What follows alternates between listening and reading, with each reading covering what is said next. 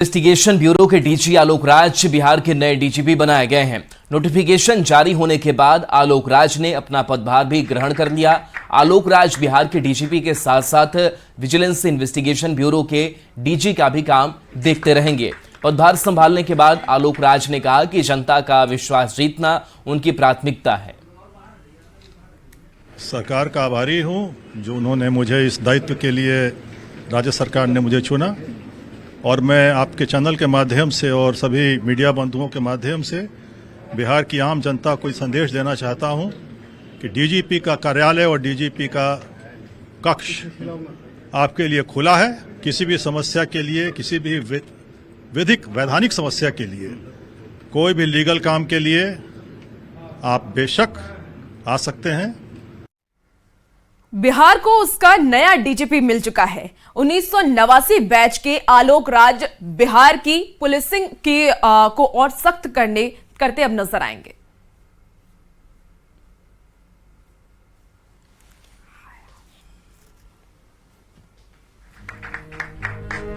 Bihar vigilance के DG Alok Raj Bihar के अगले डीजीपी बन चुके हैं। इसे लेकर अधिसूचना तक जारी कर दी गई। डीजी आलोक राज ने इस बीच बिहार के मुख्यमंत्री नीतीश कुमार से मुलाकात की। बिहार के पूर्व डीजीपी आरएस भट्टी को शुक्रवार को पुलिस मुख्यालय की ओर से विदाई दे दी गई। वहीं केंद्रीय औद्योगिक सुरक्षा बल सीआईएसएफ के महानिदेशक डीजी बनाए जाने पर केंद्रीय प्रतिनियुक्ति पर चले गए। विदाई समारोह में पुलिस मुख्यालय के वरीय पदाधिकारी भी मौजूद रहे। बिहार के पूर्व डीजीपी राजविंदर सिंह भट्टी सेंट्रल डेपुटेशन पर चले गए। पिछली बार भी जब डीजीपी पद के लिए नामों पर विचार चल रहा था, तब भी आलोक राज इस रेस में शामिल थे, लेकिन इस बार सीनियरिटी के अनुसार डीजीपी के नाम पर फैसला लिया गया है। आलोक राज बिहार के नए डीजीपी बनाए जा चुके हैं। ऐसे में जान लीजिए कि कौन है आलोक राज। 1989 बैच के अफसर हैं Alok Raj. Vigilance investigation bureau के डीजी हैं आलोक राज। एक जिम्मेदार पुलिस ऑफिसर के तौर पर इनकी पहचान है।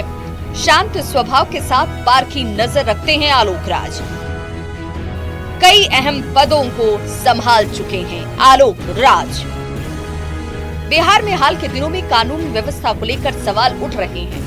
विपक्ष लगातार सरकार को लॉ एंड ऑर्डर पर घेर रहा है। ऐसे में नए डीजीपी को जिम्मेदारी मिलने के बाद उम्मीद है कि प्रदेश की पुलिसिंग और सख्त होगी। न्यूज़ 18 के लिए पटना से अमित कुमार के साथ ब्यूरो रिपोर्ट। गोपालगंज से बड़ी खबर है, जहां थावे टोल प्लाजा पर संवेदक से मारपीट हुई है। आरजेडी नेता रंजीत यादव पर मारपीट का आरोप लगा है। गुर्गों के साथ रंजीत यादव ने मारपीट की है। मारपीट का सीसीटीवी वीडियो वायरल हो रहा है। पीड़ित ने थाने में दर्ज मामला कराया है। उचक्का गांव के थावे टोल प्लाजा की ये घटना सामने आई है। तो गोपालगंज से ये बड़ी खबर, जहां मारपीट हुई है और ये आरोप बताया जा रहा है कि गुर्गों के साथ रंजीत यादव ने मारपीट की है। मारपीट का सीसीटीवी वीडियो वायरल हो रहा है। पीड़ित ने मामला थाने में दर्ज कराया है। ये सीसीटीवी फुटेज जो सामने आया है, जहां थावे टोल प्लाजा पर ये पूरी घटना हुई, जहां पर मारपीट हुई। आरजेडी नेता रंजीत यादव पर मारपीट का ये पूरा आरोप लगा है। पुलिस मामले की छानबीन कर रही है। बताया जा रहा है कि रंजीत यादव ने गुर्गों के साथ मारपीट की है। ये एफआईआर कॉपी आपको दिखा रहे हैं, जो एफआईआर दर्ज की गई है, और इस पूरे मामले को लेकर के सीसीटीवी फुटेज के आधार पर पुलिस आगे की कार्रवाई में जुटी हुई है। तो ये वो सीसीटीवी फुटेज टोल प्लाजा की, जहां पर देखिए मारपीट धक्का मुक्की यहां पर हो रही है। आरजेडी नेता रंजीत यादव पर मारपीट का आरोप है कि उन्होंने गुर्गों के साथ मारपीट की है। देखिए यहां पर धक्का मुक्की होती हुई नजर बीच सड़क पर दिखाई दे रही है, और इस पूरे मामले को लेकर के अब पुलिस छानबीन में जुटी हुई है। तो कुछ लोग यहां पर नजर आ रहे हैं जो एक दूसरे से उलझे हुए हैं। और अब खबर सिवान से है। सिवान में महावीरी अखाड़ा जुलूस निकालने को लेकर के बवाल हो गया।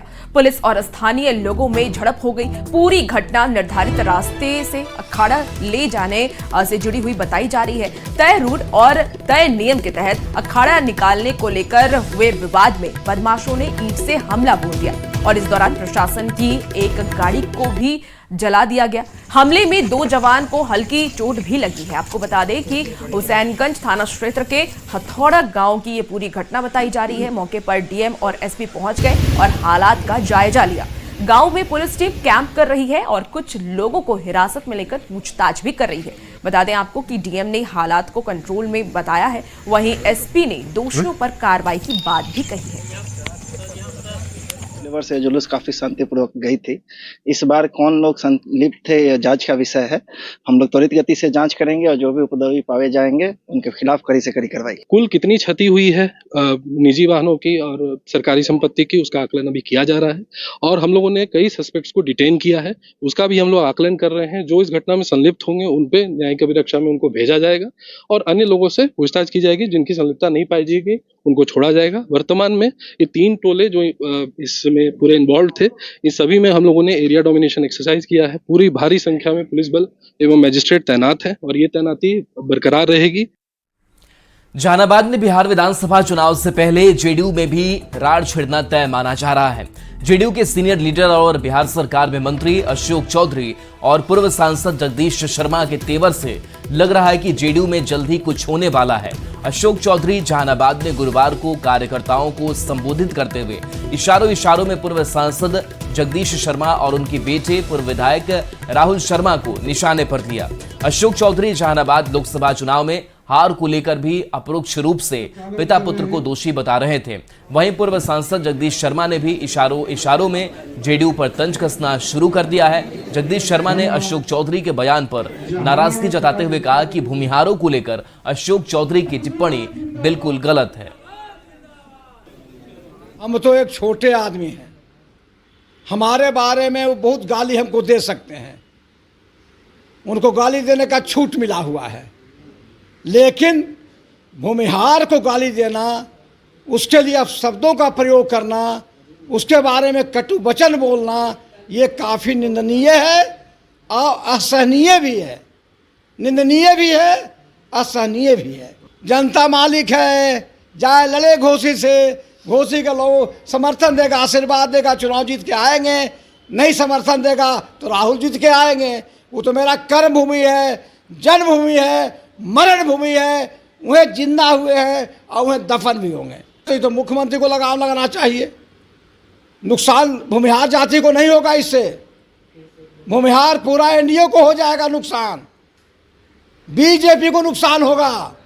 ये सच्चाई है, ये मामूली बात नहीं हुआ है। जहानाबाद में किसी जाति विशेष को जातीय विद्वेष फैलाने के लिए आप काम करिएगा तो जहानाबाद के लोग जागरूक हैं, सभी जाति के लोग बुद्धिमान हैं, वो इनके लड़ाई लगवाने से लड़ने वाले नहीं हैं। जहानाबाद में जेडीयू के पूर्व जिलाध्यक्ष गोपाल शर्मा ने भी अशोक चौधरी के बयान पर आपत्ति जताई है। गोपाल शर्मा ने कहा कि उनके बयान से भूमिहार समाज काफी आहत है। ये जो माननीय मंत्री का बयान आया है, इससे भूमिहार समाज बहुत ही आहत है। वो बोलते हैं कि 185 नरसंहारों का बिहार, हम नीतीश कुमार के सिपाही। अरे जिस टाइम नरसंहारों का दौर चल रहा था, मंत्री जी आप कहाँ थे?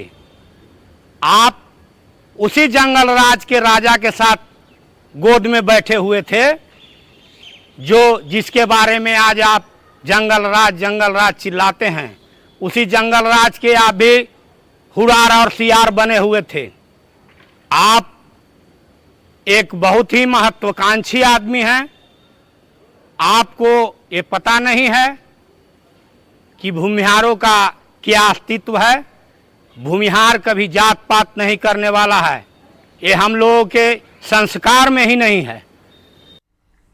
दरअसल ग्रामीण कार्य मंत्री अशोक चौधरी जहानाबाद में गुरुवार को जेडीयू कार्यकर्ताओं को संबोधित कर रहे थे और इस दौरान जहानाबाद लोकसभा चुनाव में जेडीयू की हार को लेकर अपरोक्ष रूप से पूर्व सांसद और उनके बेटे को निशाने पर ले लिया। उन्होंने दोनों पर हमला बोलते हुए कहा कि पार्टी ऐसे लोगों को चिन्हित करेगी और आने वाले विधानसभा चुनाव में ऐसे लोगों का पार्टी अहमियत नहीं देगी। अशोक चौधरी ने कहा था कि वे भूमिहार को खूब जानते हैं, उनकी तो बेटी की शादी भी भूमिहार जाति में हुई है।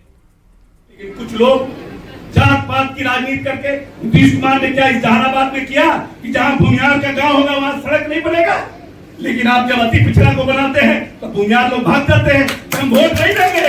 कहा नहीं दीजिएगा भाई, काम तो आपके यहाँ भी हुआ है, काम तो आपके यहाँ भी हुआ है। अभिराम शर्मा और राजू जी के छोड़ करके हम कोई बढ़िया बड़ा भूमिहार का नेता नहीं देखे जो वोट मांग रहा था जनप्रतिनिधि। तो जो सिर्फ पाने की राजनीति में नीतीश जी के साथ रहते हैं, वैसे लोगों से भी होशियार आने की जरूरत है। जीवन भर हम आपके साथ हैं, लेकिन आपको कुछ नहीं मिला तो नीतीश जी को हम गाली देने लगे। ऐसे नेता की आवश्यकता नहीं है कि हम भी कोई विदेश के नहीं हैं, हम भी जहानाबाद लोकसभा के हैं और जहानाबाद को नस नस हम भी जानते हैं। मेरे पिताजी 52-57 में जहानाबाद से मिले हुए थे, 52-57 में, और कोसी से मिले हुए थे। तो हम भूमिहारों को भी अच्छी तरह से जानते हैं। अब मेरा तो बेटी का ब्याह है भूमिहार से हुआ है, तो और बढ़िया से जानते हैं। बता दें कि जगदीश शर्मा जहानाबाद की घोसी सीट से 7 बार और उनकी पत्नी शांति शर्मा, बेटे राहुल शर्मा भी एक बार विधायक रह चुके हैं, जबकि जगदीश शर्मा जहानाबाद लोकसभा से 1 बार सांसद भी रहे हैं। बीते लोकसभा चुनाव में शर्मा फैमिली ने अपने आप को अलग कर रखा था और इसका लाभ आरजेडी को मिला। आरजेडी ने जेडीयू से जहानाबाद सीट छीन ली थी। बहरहाल मंत्री अशोक चौधरी के पूर्व सांसद जगदीश शर्मा और राहुल शर्मा पर दिए गए बयान के बाद जेडीयू में कलह बढ़ना तय माना जा रहा है। और अब खबर आरा से। आरा में ग्रामीणों को आवागमन की बेहतर सुविधा मिल सके, इसके लिए जिला प्रशासन पुल पुलिया निर्माण पर करोड़ों रुपए खर्च कर रही है। लेकिन कई पुल ऐसे भी हैं जहां काम तो शुरू हुए लेकिन सालों से काम अधर में लटका हुआ है। आरा सलीमपुर मुख्य पथ पर बन रहा ये पुल आपको बता दें कि 3 साल भी बनकर तैयार नहीं हो सका है। लाखों की आबादी डाइवर्जन के सहारे चल रही है। अंग्रेजों के जमाने का जर्जर लोहा पुल 2018 में ही भारी वाहन के गुजरने से टूटकर क्षतिग्रस्त हो गया था। तब से ये काम चल रहा है। तो बहुत सारी परेशानियाँ, यहाँ पर पानी से ढेर सारा लग जाता है और मरीज जो हो, आदमी हो, जनिक से बहुत सारी प्रॉब्लम आती है। यहाँ पर जाने आने में लोगों की दिक्कत भी होती है। जैसे रात को और भी परेशानी होती है, दिन में तो कोई बात है ही नहीं, थोड़ा बहुत होता है, लेकिन रात को सबसे ज़्यादा परेशानी होती है हम लोग आम जनताओं को। तमाम घटना हो रही है यहाँ पे, सरकार को यहाँ पे ध्यान देना चाहिए। पुल नहीं बनने से आवागमन में काफ़ी परेशानी हो रही है। ये प्रशासन और यहाँ के सरकार को इस पे ध्यान देना चाहिए कि जल्द से जल्द इस पुल का निर्माण कराया जाए। खबर गया जिले के कोतवाली थाना क्षेत्र की है, जहां रामशीला मोड़ के पास सेफ एक्सप्रेस गोदाम में चोरी हो गई। बताया जा रहा है कि इस गोदाम में ब्रांडेड कपड़े रखे हुए थे जो लगभग 15 लाख से भी ज्यादा के बताए जा रहे हैं। बताया जा रहा है कि चोर गोदाम का ताला काटकर अंदर घुसे और सामान पर हाथ साफ किया। गोदाम के अंदर और बाहर सीसीटीवी नहीं था, जिसका फायदा चोरों ने उठाया है। कोतवाली पुलिस मामले की छानबीन में जुट गई है। खाली करवाने के लिए आए तो सबसे पहले अंदर आए। मेन गेट का जो छोटा गेट है वो सवेरे खुल जाता है, सवेरे 6 बजे के आसपास में खुल जाता है। तो उससे अंदर आकर के अपने स्टाफ को चाबी दिए, तो वो आकर के बोला कि देखिए सर, सो मतलब छोटा वाला जो शटर है उसमें ताला है ही नहीं। तो हम भी देखे तो आश्चर्यचकित हो गए। फिर बोले कि ठीक है, मेन गेट का ताला खोल करके देखो। तो मेन गेट का ताला जब चेक किए तो ताला जो हम लोग लगाते हैं वो ताला नहीं था, उस ताला की जगह पर दूसरा ताला था। फिर शटर जब ओपन किए तो माल बेतरतीब ढंग से इधर उधर फेंका हुआ था। काट छाँट करके जब देखे तो बहुत सारा माल नहीं था। गोपालगंज में महावीरी अखाड़ा में जमकर अश्लीलता परोसी जा रही है। यहां धार्मिक आस्था के नाम पर खिलवाड़ करने का आरोप लग रहा है। प्रशासन की ओर से रोक के बावजूद डांसर्स को डांस करवाया गया है, जिसकी तस्वीरें भी आप देख पा रहे होंगे। और ये वीडियो सोशल मीडिया पर अब तेजी से वायरल हो रहा है। बता दें आपको कि गोपालगंज के मीरगंज थाना क्षेत्र की ये घटना बताई जा रही है। ये जो डांसर्स डांस कर रही हैं, ये पूरा जो वाकया है वो वहां की बताई जा रही है, जहां महावीरी अखाड़ा को लेकर जुलूस निकाला गया था। महावीरी अखाड़ा जुलूस में पारंपरिक तरीके से लाठी डंडे का करतब दिखाने और हनुमान प्रतिमा को नगर भ्रमण कराने की परंपरा है, लेकिन समाज के चंद लोगों ने इसे मनोरंजन का खेल बना दिया है। पुलिस भी ऐसे लोगों पर कार्रवाई नहीं कर रही है और ना ही डीजे को जब्त कर रही है। लोगों ने भक्ति कार्यक्रम में ऐसे आयोजनों पर रोक लगाने की और सख्ती से पुलिस के एक्शन की मांग की।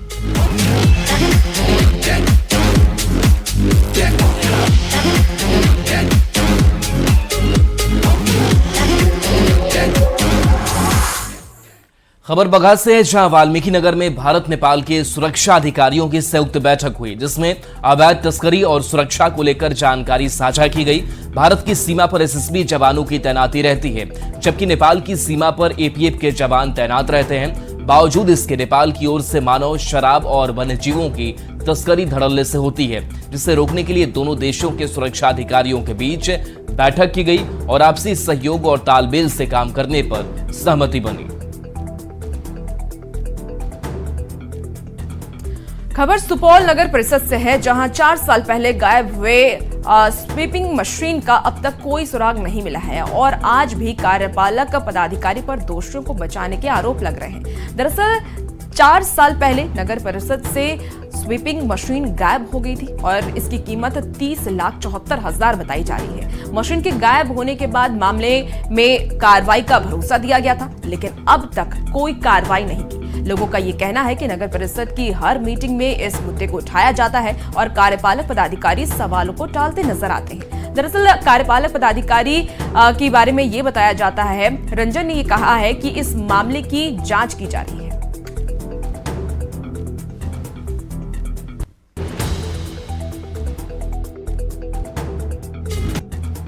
वाले बोर्ड की बैठक में बात किया गया था और इस पे प्रस्ताव लिया गया है। एक मीटिंग में बिठाई गई थी और जो इसके सेलर हैं उनसे बात भी किया गया था, मेरे सामने बात हुआ है और रिपीटेडली हम लोग उसको बार बार उस पर बोला गया है कि वो आके यहाँ पे मशीन जो है दे और होपफुली इसके आने वाली जो बैठक होगा उस समय तक हम लोग को पॉजिटिव आंसर इस पे मिल जाएगा और मशीन हमारे पास ही होना चाहिए। पूर्वी चंपारण के मधुबन शिवहर NH 104 के पास बीजेपी नेता की गाड़ी से टेम्पो चालक की मौत हो गई। साथ ही टेम्पो में सवार कई यात्रियों को भी चोट आई है। घायलों में छोटे छोटे बच्चे और महिलाएं शामिल हैं। बताया जा रहा है कि नया गांव की रहने वाले सिकंदर पासवान ऑटो पर सवारी लेकर शिवहर से मधुबन जा रहे थे, तभी लाही बंचरिया के पास पीछे से आए गाड़ी ने ऑटो में टक्कर मार दी। गाड़ी पर बीजेपी का झंडा लगा था। फिलहाल पुलिस पूरे मामले की छानबीन में जुटी हुई है। देखिए कि गांव का मेरा भाई था, वो सवारी लेकर टेम्पू चलाते थे, जो नया गांव से मधुबन के लिए पैसेंजर बैठा के जा रहे थे। तभी अचानक रास्ते में वो अपने साइड में ही थे कि पीछे से एक अर्टिगा गाड़ी आके एकदम जबरदस्त ठोकर मारा, जिनका मौके पर ही मौत हो गया है। पटना में डेंगू के बढ़ते मामले को देखते हुए नगर निगम काफी चौकस है। निगम आयुक्त निमेश पराशर ने बताया कि फॉगिंग और एंटी लार्वा का छिड़काव लगातार जारी है। हर एक वार्ड में 5-5 टीम तैनात की गई है। वहीं डेंगू मरीजों के लिए अस्पतालों में अलग से व्यवस्था की गई है।